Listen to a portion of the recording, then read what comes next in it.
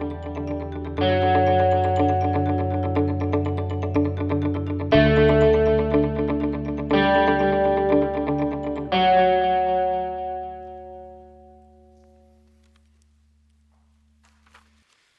good evening and welcome.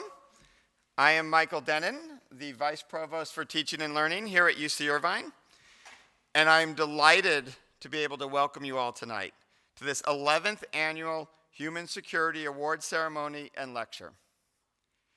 Service is central to what we do here at UCI, and just one example of this is our current 50 for 50 campaign, an effort to have every student, faculty, and staff member provide 50 hours of service in honor of our 50th anniversary, which we have been celebrating for at least 2 years. This campaign builds on 5 decades of engagement through a wide range of programs, and one of these, we're happy to say, is our new Blum Center for Poverty Alleviation, which is expanding service learning opportunities for students in some very exciting ways, such as placing students in the field for 10 weeks on projects that are focused on understanding and alleviating poverty together with the center's robust research agenda. The Blum Center exemplifies how effectively the vast capabilities of a university like ours can be mobilized to address complex social challenges like poverty. A wonderful part of our efforts is to inspire our students by bringing remarkable individuals to our campus, as we are doing today. To tell you more about this evening's award recipient, I would like to introduce the director of the Blum Center for Poverty Alleviation, Richard Matthew. Richard Matthew is a professor of planning, policy, and design and political science, director of the Blum Center for Poverty Alleviation, director of the Center for Unconventional Security Affairs, and co-principal investigator of the Flood Rise Project, all at the University of California at Irvine. So in his spare time, he is also a senior fellow at the International Institute for Sustainable Development in Geneva and a member of the United Nations Expert Group on Environment, Conflict, and Peace Building. He has served on several United Nations humanitarian missions, including 2 he led in Sierra Leone. He has over 170 publications, including 12 books. Please welcome Richard to the stage. Thank you.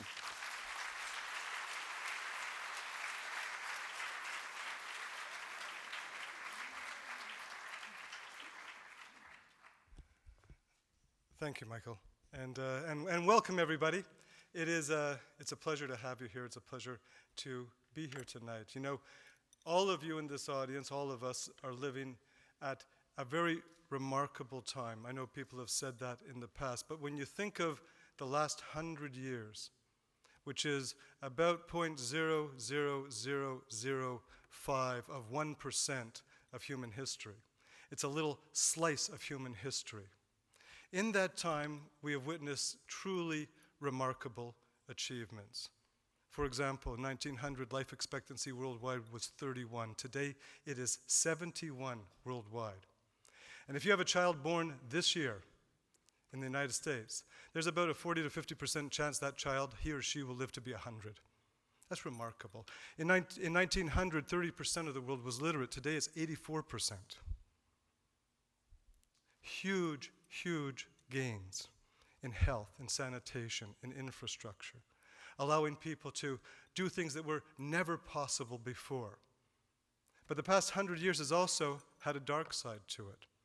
Enormous episodes of deprivation and suffering. 200 million people died in war alone in the past century. And today, as we sit here at this beautiful site, 60 million refugees are searching for to meet their basic needs in different parts of the world. We have 1.6 billion people living in abject poverty, including millions in our own country. Abject poverty, often measured as less than $2 per day. Now, over the past 150 years, the world has designed a couple of ways to try and manage this problem, to try and reduce it on the one hand, and try and meet immediate needs on the other. And the United States has played a key role in both of these things. You know, after World War II, the US made the argument that through trade and openness and democracy, we could raise people up, help people leave poverty, and reduce the likelihood of violence and war. And we designed and established the first agency committed to international development, and it became a model for the rest of the world. We've also played a role in the second thing that the world has focused on over the years, and that is in direct humanitarian action. So on the one hand, we've tried to find ways to reduce poverty, to build capability, to transfer skills, to invest in people around the world, and give them an opportunity to move out of poverty. On the other hand, we've also played a role in providing services to people in need, people who are the victims of war, of disaster, of epidemic disease. There are a lot of these people. And you know, I'm sure all of you remember the famous passage, I probably won't remember it myself, but in the Declaration of Independence, we made the statement that we hold these truths to be self-evident, that all men are created equal, that they are endowed by their Creator with certain inalienable rights, that among these are the rights to life, liberty, and the pursuit of happiness. And around the world, at that time, when we made this statement, people said, in an abstract sense, that's true. In an abstract sense, up here, that's true. And maybe it'll allow people to have the right to believe what they want. But when it comes to operationalizing it, it will not be possible. If the US actually acts on its own beliefs, we will have nothing but chaos and anarchy here. But our history, and the history of much of the world, has been horizontal movement, pushing out, bringing more and more people into opportunity, into dignity, into freedom. Whether it's ending slavery or segregation or empowering women. And the US has been an example that it is possible to be inclusive, to move horizontally, and to flourish at the same time. And people like Jeremy Bentham, when they said in Europe in the 19th century, how can we believe this and yet treat groups of people in such horrifying ways? And he was talking about prisoners and the mentally ill and children born into poverty. He said, how can we treat people like that if we profess to believe this? And if people said, well, there's not much we can do about it, he could point to the United States and he could say, there is much we can do about it. In 1859, there was the first Franco-Austrian War. It was a very brutal event. And one of the battles, the Battle of Solferino, Henri Dunant, a Swiss businessman, happened to arrive in that village after one of these great battles. And that evening he went out to take stock of what had happened. He discovered 23,000 people, 23,000 people still lying in the battlefield. Some were dead, many were alive and suffering egregiously. And he went into the village and he persuaded some of the women there to get water and get blankets and find some medical supplies and go out and try and provide some assistance to reduce pain, to save a few lives. And when he left Solferino, he wrote a book, A Memory of Solferino. And that book became the catalyst for the creation of the International Committee of the Red Cross, and later, and actually in the same year, the first Geneva Convention, which said, whatever the causes of war, whatever is going on, the people who we send into the battlefield, they're human beings. And at the end of the day, there is absolutely no reason why we should leave them unattended in the field, alone, in pain. We need a neutral body that doesn't take a side, but that just goes into the battlefield for a sole purpose, and that's to help reduce suffering. And these ideas, providing development assistance, the wealthy with tremendous capacity, helping those less developed, everyone trying to find a way to assist those who are the victims of natural disaster or epidemic disease or war. These are wonderful achievements. wonderful things to build upon. Now, over the years, in many ways, they have been politically compromised at times. We know that. Woefully underfunded. Both of these initiatives together receive less than 1% of the world's domestic product. We have a world that generates $77.3 trillion a year. That's 77 times as much as in 1900, and less than 1% of that goes to help the people who are in the greatest need. What do we do about this? Well, I think there's an enormous opportunity. We have, because of big data and remote sensing, we see the world with much greater clarity than ever in the past. We have incredibly powerful technologies, and we have enormous stockpiles of ingenuity and wealth. There's a great deal we can do. And how do we figure out what we can do? I think the first step for us, especially at a university, is to try and understand the situation, how complex it can be, how different from one context to the other, how it varies over time and space, so that we can identify things that can be done to reduce suffering. Part of that is research, the sort of research that I've been fortunate to do in different parts of the world over the course of my career. Part of it is direct experience. And an important part of this is listening to those who have had careers dedicated to these sorts of ends. Because they have a type of wisdom, a type of insight, for which there is no substitute. I'm not saying that they understand everything. No, there is no full understanding of any situation. There's no single full understanding of poverty or war or human suffering. But people who have dedicated their lives to trying to find solutions to alleviate some of these problems have a particular type of wisdom, a particular type of insight. And that is why it's such an enormous pleasure to be able to bring to the university that type of individual. Tonight's award recipient is a medical doctor, an immunologist, who began his career focused on carrying out research in Africa on children afflicted with HIV/AIDS.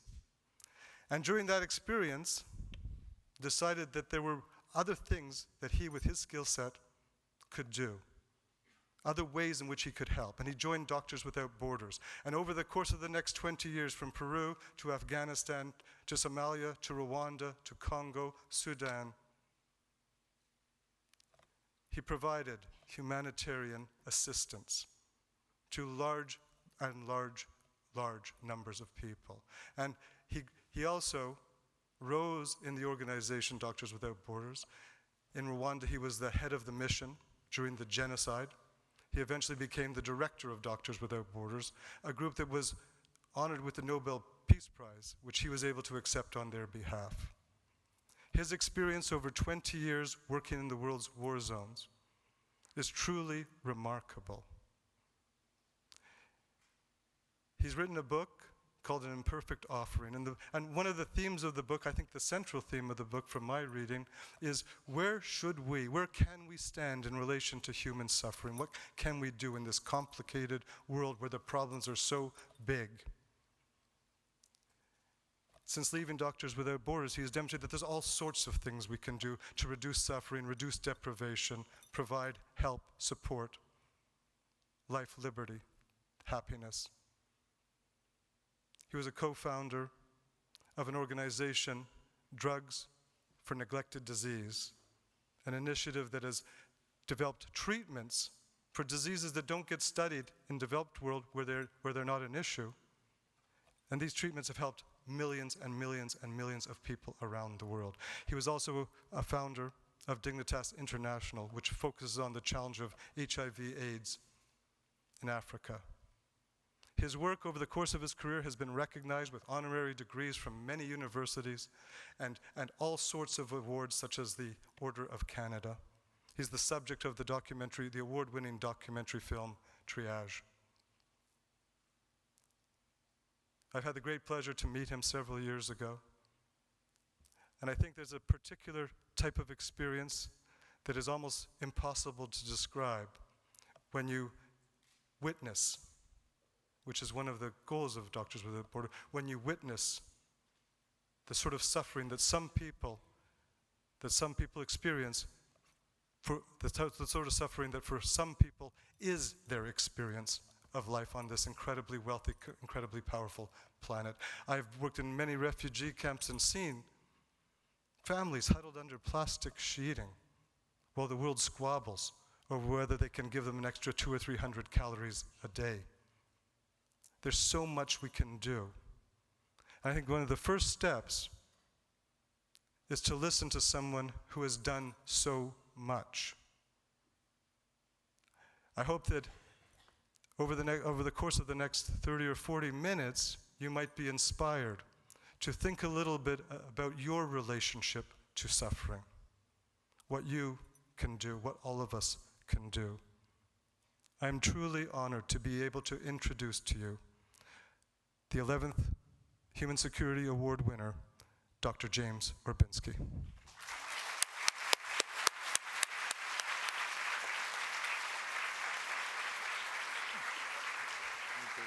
Thank you so much.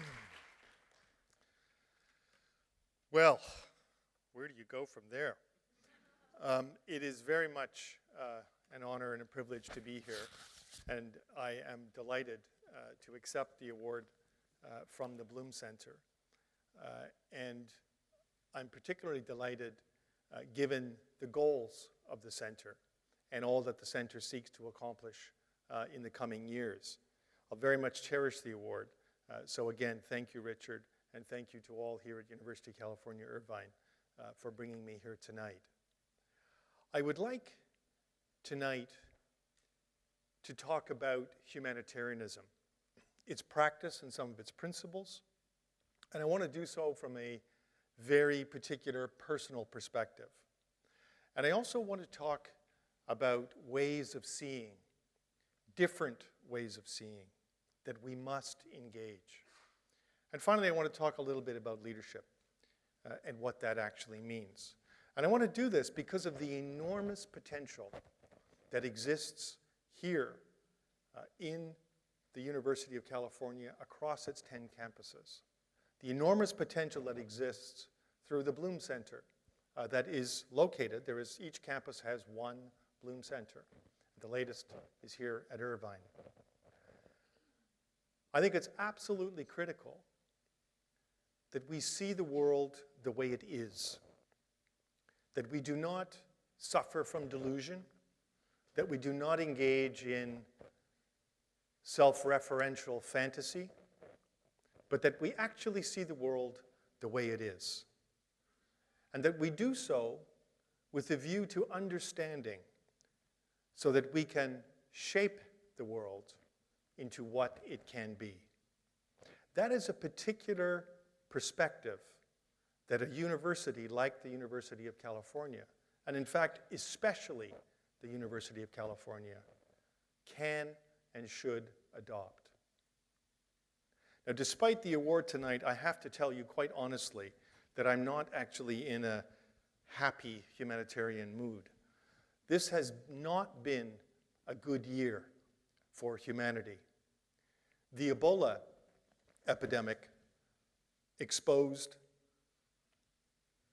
more than anything the fallacy of a global health architecture as the virus spread literally like a wildfire through West Africa, infecting more than 27,000 people and killing more than 11,000. And after a prolonged period of international indifference and incompetence, the only thing that spread faster than the Ebola virus was fear. Already too fragile and underfunded healthcare systems collapsed across West Africa, leaving literally millions of people unvaccinated and vulnerable to treatable diseases like HIV, tuberculosis, pneumonia, diarrhea, and measles. The civil war in Syria, with a population of 23 million people, has left 11 million people displaced from the country. And at least 4 million of that national population are refugees outside of the country of Syria. 1 million of these Syrians now make up fully 1/4 of the population of Lebanon. Hundreds of thousands of people risk their lives every single day and the lives of their children to escape war and devastation in Syria, in Iraq, in Afghanistan, in Somalia, in Eritrea, and in other parts of Africa. 658,000 people thus far this year alone have fled to Europe by land and by sea. Nearly half of those people are children, and many of those children are actually traveling alone.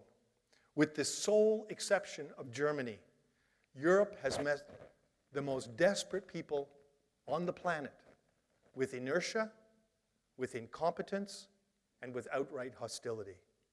The Prime Minister of Hungary is erecting a 13-foot-high fence across its Balkan border, and he has declared the right to, quote, shoot illegal migrants non-lethally.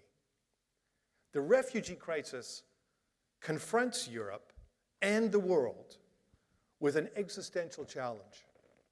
The Economist, in April of this year, wrote that, quote, Europe's boat people are a moral, political disgrace for Europe and for the world. Its editorial stated that, quote, after the crimes of the Second World War, countries made solemn undertakings never again to abandon innocent people to persecution and conflict. Europe's boat people expose, and I'm still quoting, the failings of countries with a duty to shelter them. In Europe, that starts with a breakdown in ethics. The United Nations High Commission for Refugees counts 59.5 million people around the world who are displaced by war or who are refugees. And yet for its operations in Syria, the UNHCR has asked for $4.8 billion this year from donor states, and it has received a paltry $1.8 billion. Now, Simone Weil, in her commentary on Homer's Iliad, a commentary that she wrote in the summer of 1940 after the fall of France to the Nazis, remarked that, quote, a trembling marks those who now feel a nothingness in their own presence. It's a trembling that I've witnessed far too many times as a humanitarian doctor. In 1992, I was in a Médecins Sans Frontières, or Doctors Without Borders compound in Baidoa, Somalia, and was surrounded by warlords firing RPGs and anti-aircraft guns at each other. Our compound took many hits, and I took cover behind a cement wall. And in the aftermath, I did my best to treat the many civilians and combatants who were wounded. In 1994, both the Red Cross Hospital and the King Faisal Hospital in Kigali were the targets of intense shelling during the genocide and the Civil War. And I worked as a doctor in both hospitals and remember all too vividly taking cover in each of those hospitals at different times as shells rained down on our humanitarian workers and our patients, wounding and killing far too many. Now, in such moments, there is nothing more real than the overwhelming vulnerability to the raw power of unbridled violence.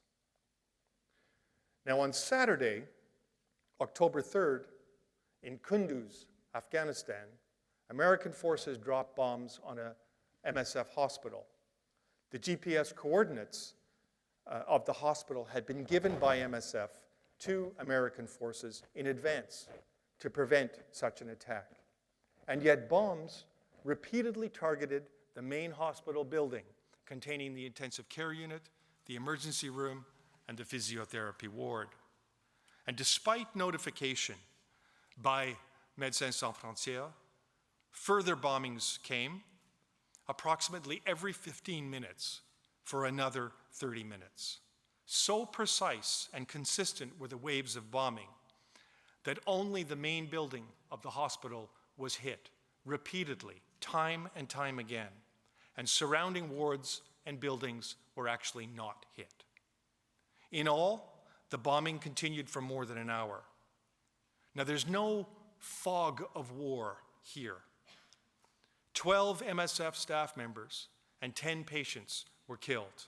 3 of the 10 were children, and most of the 10 burned alive in their hospital beds. 37 more people were injured, including 19 additional members of the MSF team. Now, what happened to create a hell in a humanitarian hospital? Now, I'm all but sure that the MSF aid workers in Kunduz felt that trembling that marks those who now feel a nothingness in their own presence. It's a quivering of those who are reduced to a bare life that is no longer seen as inherently sacred.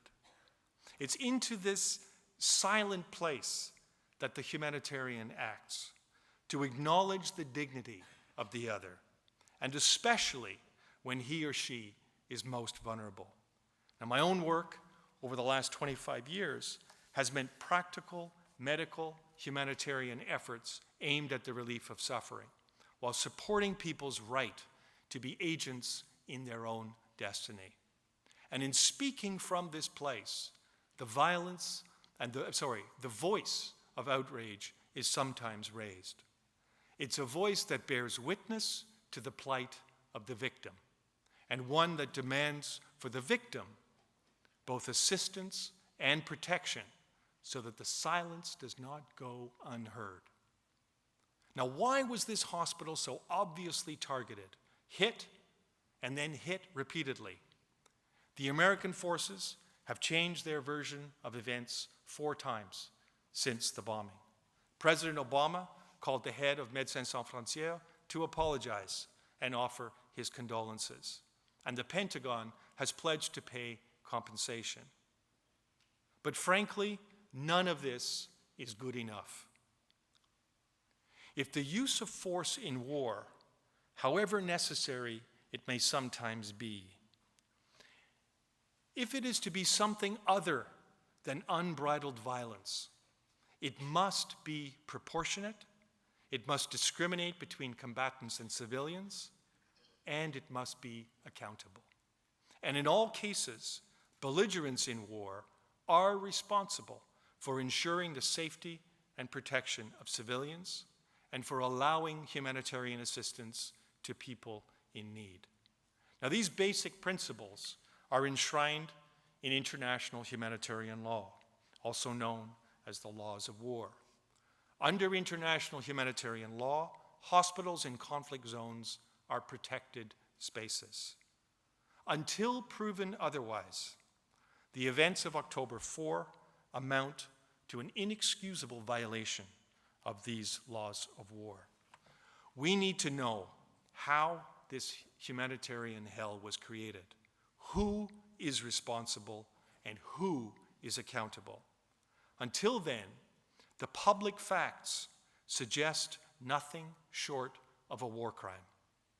Nothing less than a full, public, and independent investigation is required so that exactly what happened is completely clear, and so that mistakes, if any, can be acknowledged, apologies made, compensation paid, and redress made within American Forces combat procedure to ensure that something like this never happens again.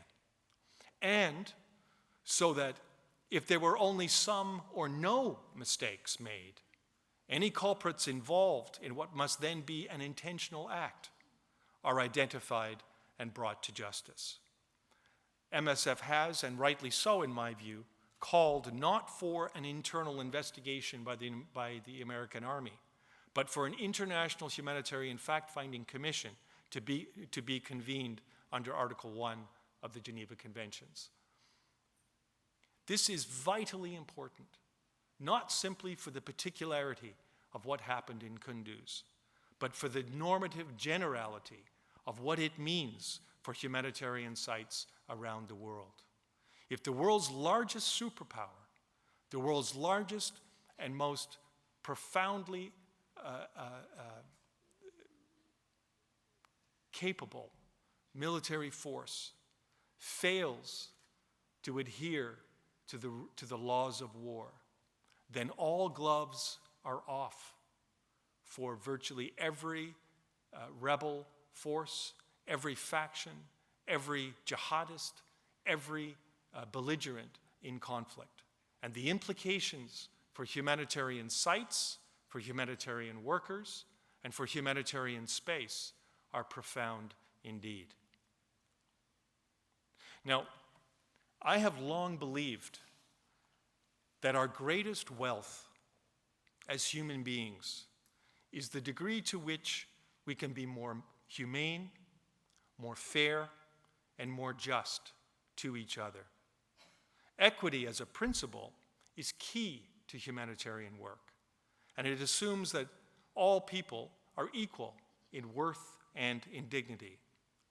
It approaches the pursuit of justice through fairness, and it essentially argues that people in similar situations should be treated similarly.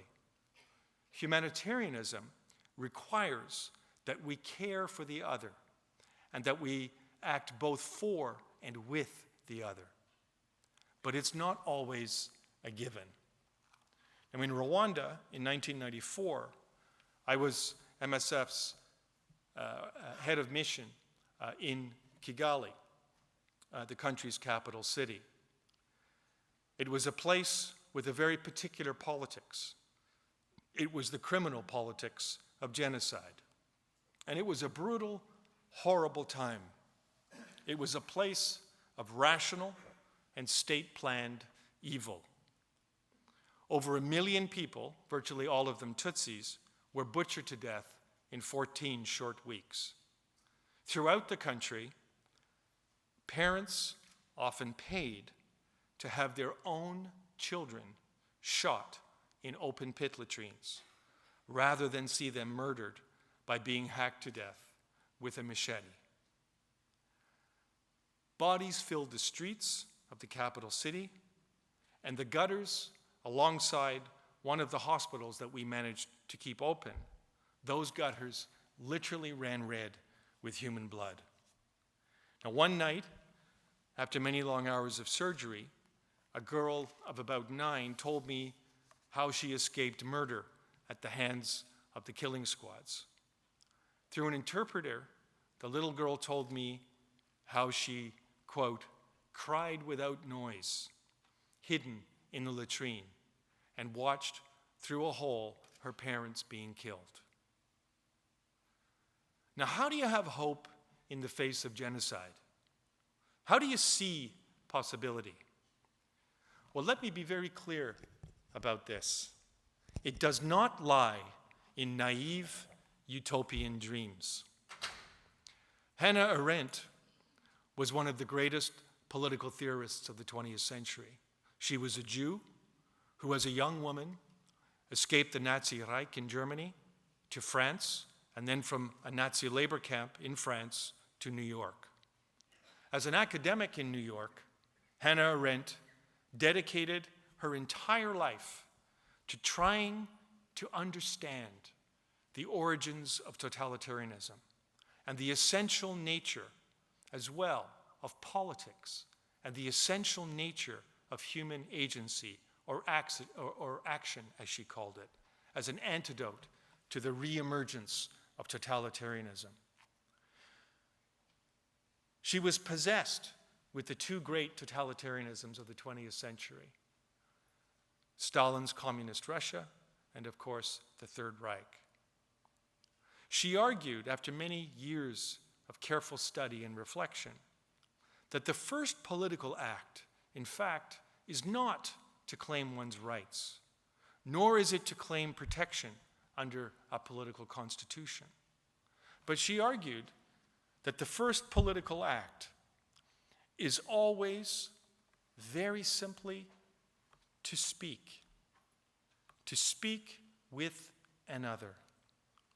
And in Hannah Arendt's conception, speaking necessarily implies an equal willingness to listen.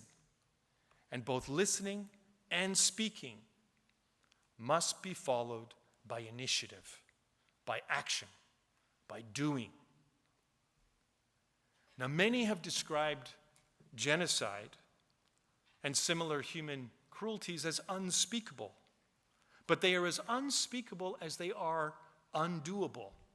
As human beings, we do genocide, and doctors cannot stop this crime, however well-intentioned they may be. But we had a responsibility to speak out against what we knew, and we did speak. We spoke with a clear intent to rouse the outrage of public consciousness around the world and to demand a politics that pursues justice by putting the dignity of the victim at its center. Now, 20 years ago, when the genocide in Rwanda ended, there was no such thing as an international criminal court. In 2002, the International Criminal Court, or the ICC, came into being, and it has since issued many arrest warrants for alleged war criminals and has several significant convictions. It has also issued an arrest warrant for Mr. Omar al-Bashir, the president and the current sitting head of state for Sudan. And he is charged with intentionally directing attacks against civilians in Darfur, with pillage, with murder, with extermination, with forcible transfer of civilians, with torture, and the use of rape as a weapon of war.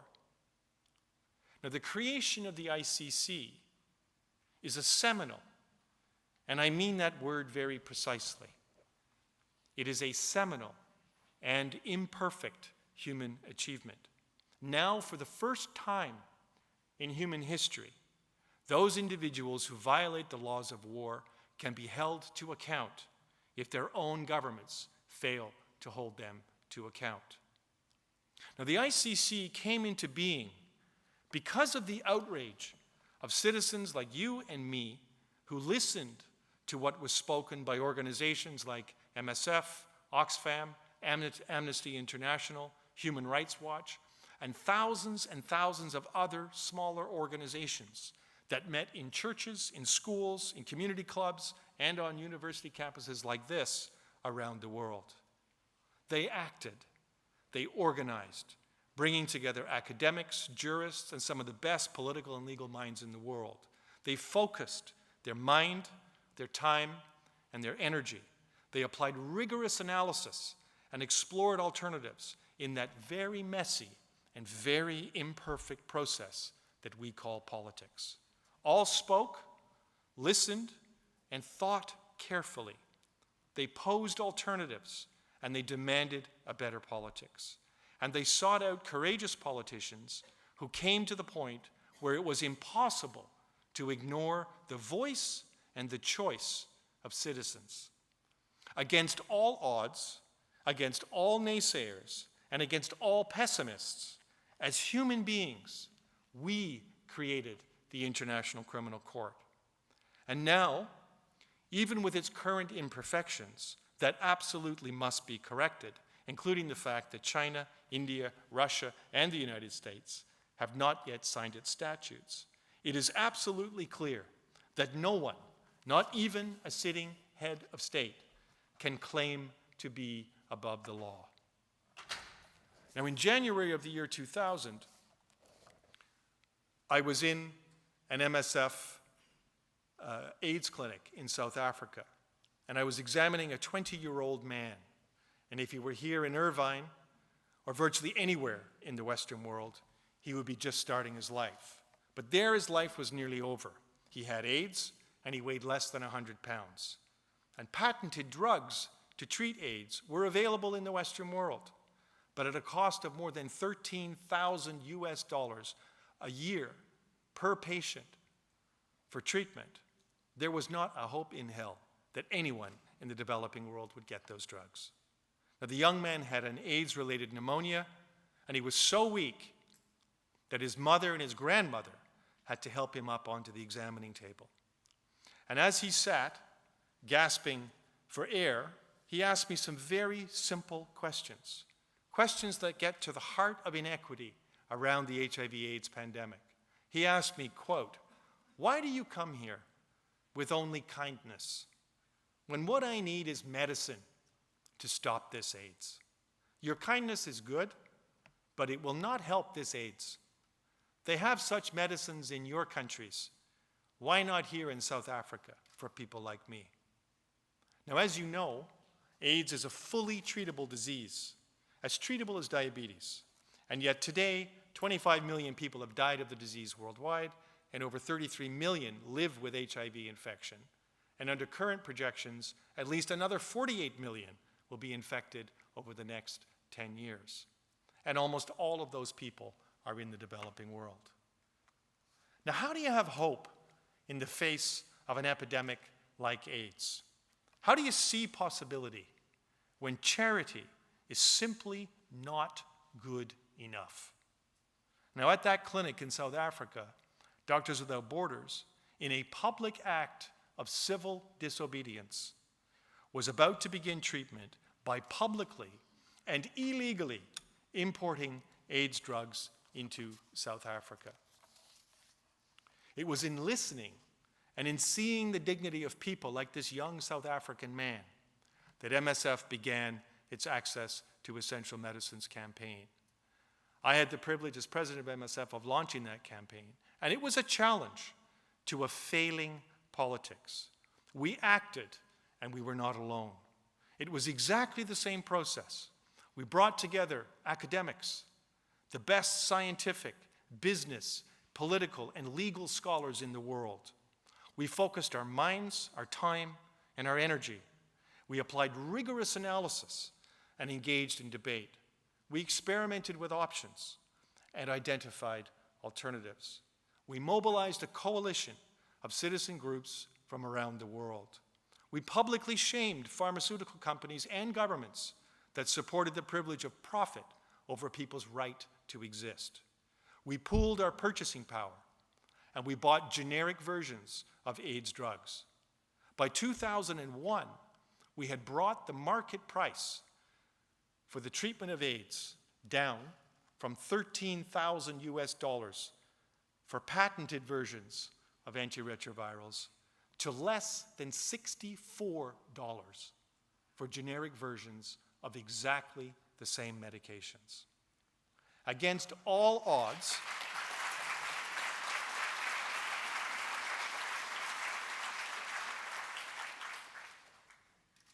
this is the effect of access to life-saving medicine.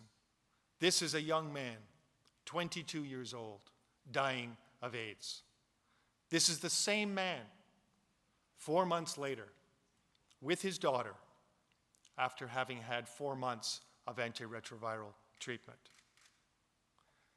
Against all odds, against all naysayers, and against all pessimists, there are today more than 10 million people on full treatment for HIV in the developing world.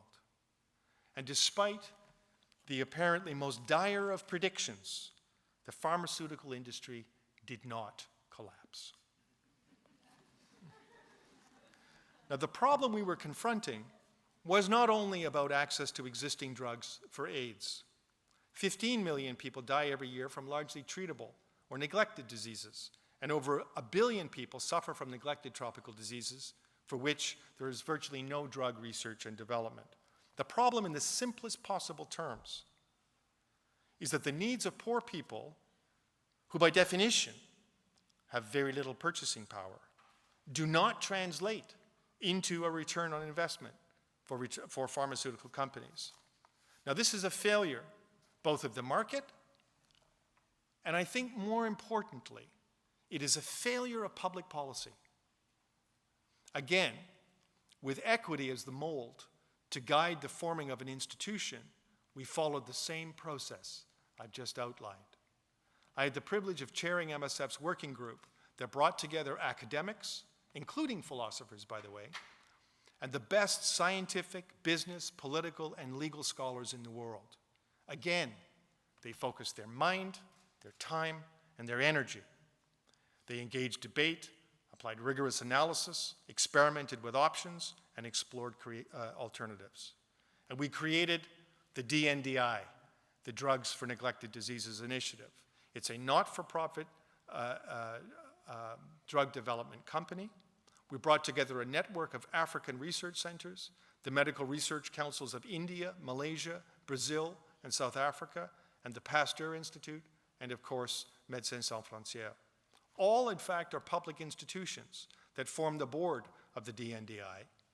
And the DNDI was launched in 2004, and its first drug, a fixed-dose combination anti-malarial, was released in partnership with Sanofi-Aventis, one of the world's largest private sector pharmaceutical companies. It was released in March of 2007. A second fixed-dose combination was released in 2008. A new treatment for African sleeping sickness was released in 2009. A new treatment for visceral leishmaniasis, a disease that affects millions of people, was released in 2011. And a children's treatment for Chagas disease was also released in 2011. In every single case, the DNDI has strong, vigorous, viable partnerships with the private sector.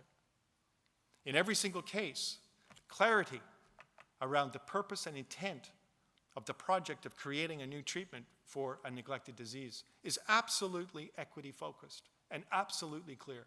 And in every single case, it is absolutely possible to develop a new treatment and to bring it to market and to bring it to bear to people who have, until then, no other choice but to suffer and die with a neglected disease.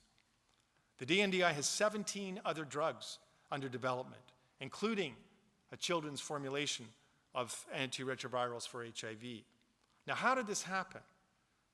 Quite frankly, we refused to accept what is so fundamentally unacceptable. We pursued equity, and against all naysayers, we acted to create an alternative. Now, the campaign that I've told you about, the Access to Essential Medicines campaign, the DNDI, and other initiatives like it in recent years, have literally shaped the form and the function of global public health in the last 15 years. Now, 2 months ago, I was in Malawi with Dignitas International, which is an organization that I co-founded in 2004. It's focused on strengthening health systems for the care of people with HIV, with TB, and non-communicable diseases. It's focused on improving primary health care for people in the developing world. Now, 11 short years ago, when we started the organization at my hospital, St. Mike's Hospital at the University of Toronto, entire villages in Malawi had literally collapsed in the despair and the hopelessness of rampant AIDS as a disease. 90% of hospital admissions were HIV positive, and people were literally languishing and dying in the shade of trees that surrounded the Zomba District Hospital. Now, why did we choose primary health care? Well, because by working hand in hand with the Ministry of Health and supporting people with HIV, with TB, and other primary health care needs, individuals and communities can actually face their health care needs on their own terms. And why are we working with the Ministry of Health? Well, because charity alone poses the danger of making itself indispensable by being too competent in doing a job that should be systematically embedded in a particular society. Charity is not a substitute for effective public policy, nor is it a substitute for effective mechanisms within civil society and within the private sector for bringing good treatments, for creating effective healthcare systems, and for creating effectively other forms of public goods. Charity must not become a substitute for government responsibility. Indeed, there's no substitute for good government or for good governance. Now, in Malawi, we're working with the Ministry of Health, with the University of Malawi, with the University of Toronto, with MSF, with Partners in Health at Harvard, to research and develop highly simplified training and treatment algorithms for the delivery of treatment by non-medical professionals like nurses and community health workers who have as little as a grade 9 education. Now, as you know, just because you're not educated does not mean you're not smart. With the right tools and the right training, it is possible to train non-medical people to diagnose, to treat, and to manage diseases like HIV, TB, and diabetes. In Malawi, we're training and mentoring more than 500 healthcare workers every single year, and we're supporting and systematically researching how best to enable women's groups, groups of orphans, and groups of people living with HIV. Dignitas, in full partnership with the MOH, has now started more than 260,000 people, more than half of all people in Malawi on treatment, on full treatment for HIV. It's done this through more than 150 remote village clinics throughout the southern region of Malawi. As of last year, working with Cree Aboriginal people in northern Canada, also working with the University of Toronto and the Ontario Ministry of Health, Dignitas is now developing a program that's focused on Aboriginal health needs in northern and remote Canada. We've published more than 50 major research papers, some of which are recognized by The Lancet and by others like Bill Clinton as some of the best HIV research in the world and some of the best science in the world. Malawian and University of Toronto graduate students have gone on to take leadership roles in the ministries of health and at the World Health Organization. And today, in the southern region of Malawi, entire villages, the entire region is back at work. And people's primary concern is not, can they afford a coffin? Their primary concern, as it should be, is the education of their children. Now, elsewhere on the continent of Africa, the 2011 drought and famine in East Africa left 13 million people in need of food assistance. That was in 2011. It also left 500,000 people dead. And the drought has been directly attributed to the effects of climate change. A mere 10 years from now, crop yields in some parts of Africa are expected to drop by between 20 and 50%, and water stress could affect as many as 250 million Africans. Exactly the same process is true for Central America and for Southeast Asia. Here in California, your state is now experiencing one of the longest and most dramatic droughts in its history.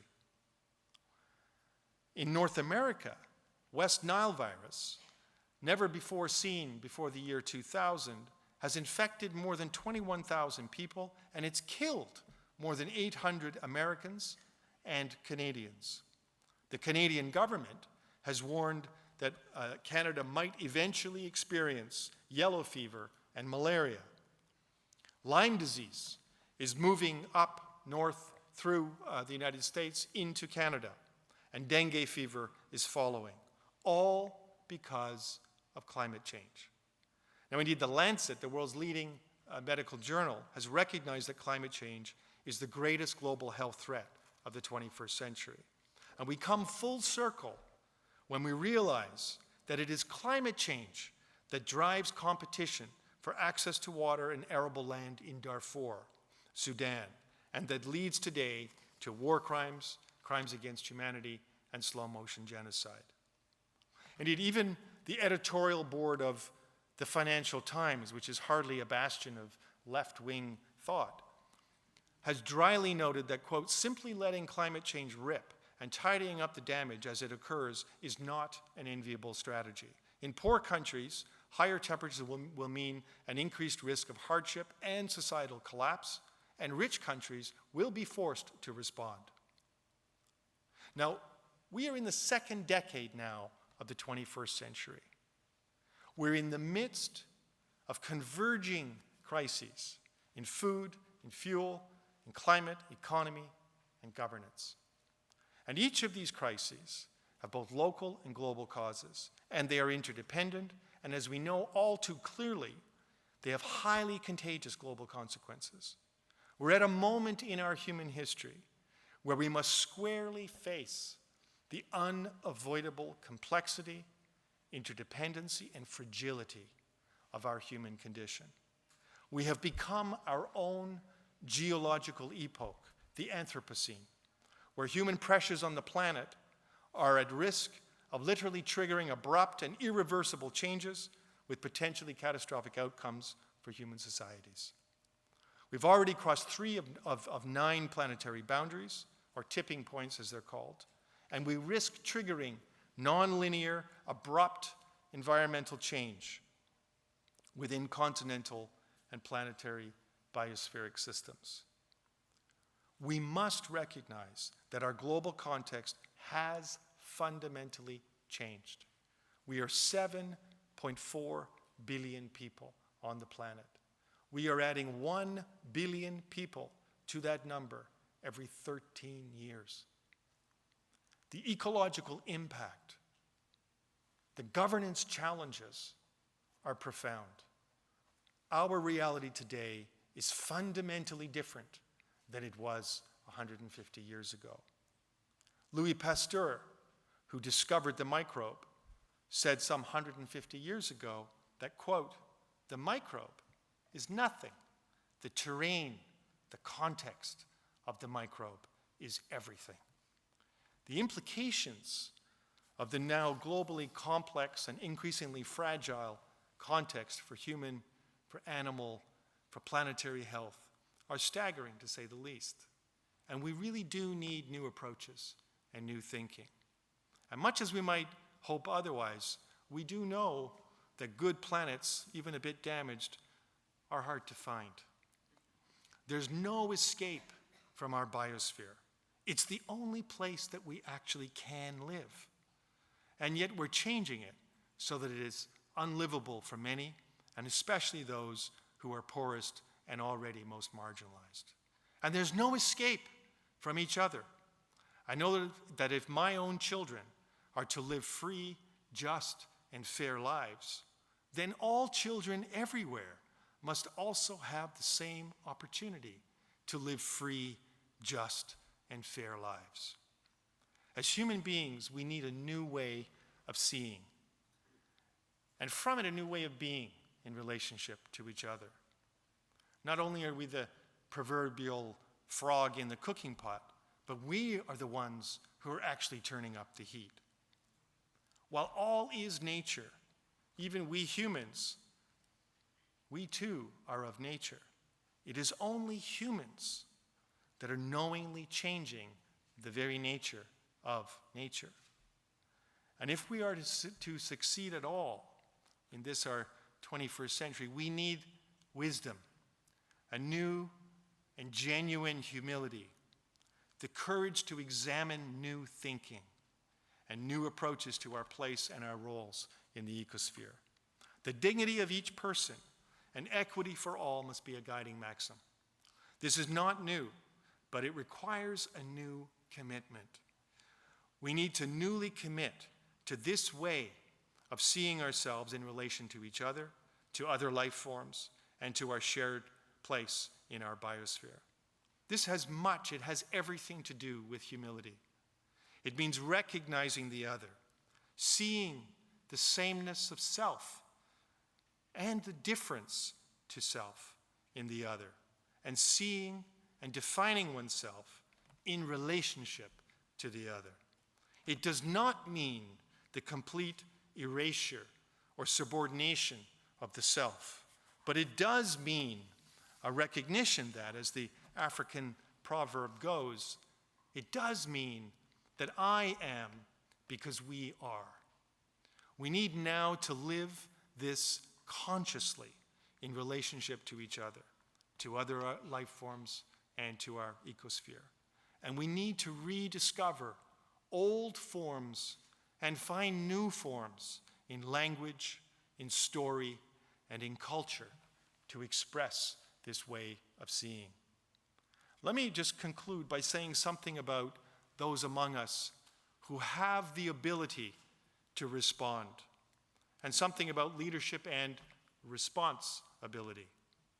Last week at a reception center for asylum seekers, Angela Merkel, the president of Germany, boldly stated, quote, that there can be no tolerance of those who question the dignity of other people. She was standing in the spot where right-wing extremists had battled police a week earlier. She said, quote, there is no tolerance of those who are not ready to help, where legal and humanitarian reasons demand that help is due. Now, Germany has pledged to receive up to 1 million asylum seekers by the end of this year alone. How ironic that the birthplace of the Third Reich is today the dream destination of asylum seekers and refugees the world over. Leadership means stepping up and stepping out with an authenticity and a clarity of purpose. It means a willingness to speak, a willingness to listen, a willingness to engage debate, and to make choices in a pluralist world. There are many types of leaders driven by as many different ambitions. All need a healthy ego, thick skin, and a surety of purpose. But the best among them, however, are ethically driven. They're rooted in the dignity of the other and are pragmatically committed to making our world more just, more fair, and more equitable. The best among them, too, are authentic and are as willing to fail as they are to succeed. The best among them realize, too, that a genuinely effective leader actually follows the energies and the capabilities of others and attempts to articulate and therefore inspire toward a common vision. The transitional postmodern world that we now inhabit was recently described as one where everything is possible, but nothing is certain. The best among leaders, too, support others to be their best selves so that their capabilities become actual abilities. And the best among leaders do this with a lightness of heart, with a sense of humor when necessary, for this is often the only salve to a failing or at best uncertain situation. The best among leaders know that the vision, their vision, and their words matter, but what you do matters most. Angela Merkel today is among the best leaders in the world. And most importantly, the best among leaders know the difference between hope and optimism. Optimism is the expectation, based on the evidence at hand, that there's a reasonable chance of a good outcome. Hope, on the other hand, is the certainty that a given action is right, that it makes sense, and that it is the right thing to do, regardless of how the situation might turn out. Now, Václav Havel, he was a playwright and a political dissident and then president of Czechoslovakia. He knew this distinction very well.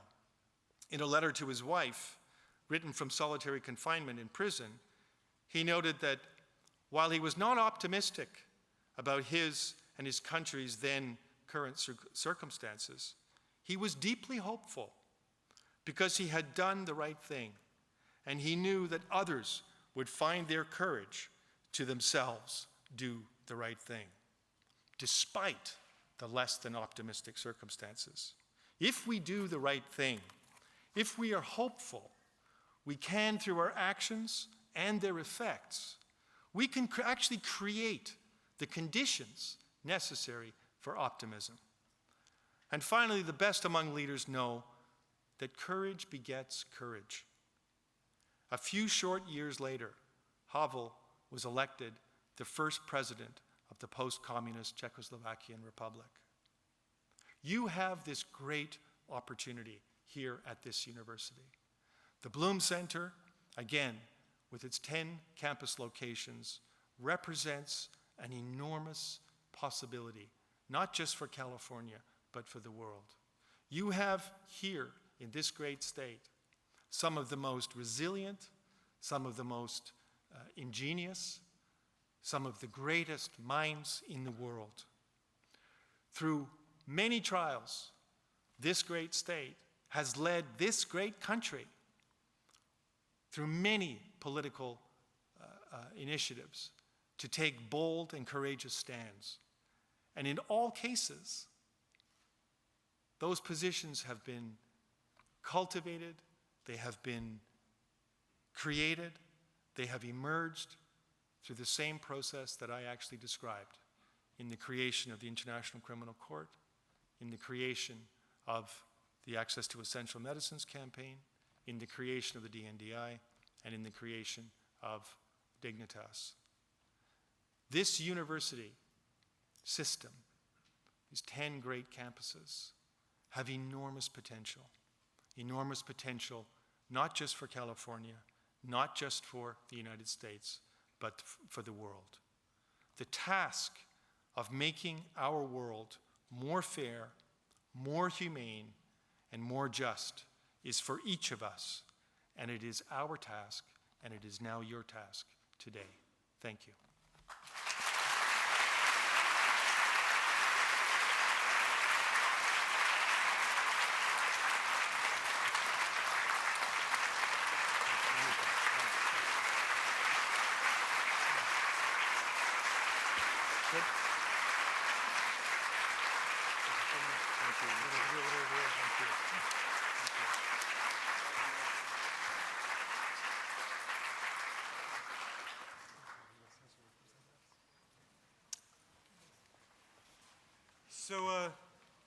So let me thank James for that lecture. And just before you leave, I would like to formally present Dr. Orbinski with the 11th Annual Human Security Award given by the Chancellor of the University of California through the Center for Unconventional Security Affairs and the Blum Center for Poverty Alleviation.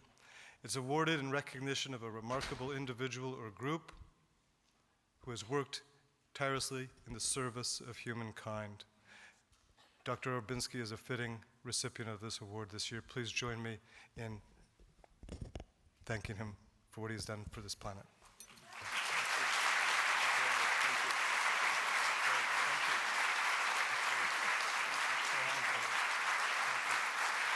We're going to get too many things to hold. I know. Congratulations. And I should point out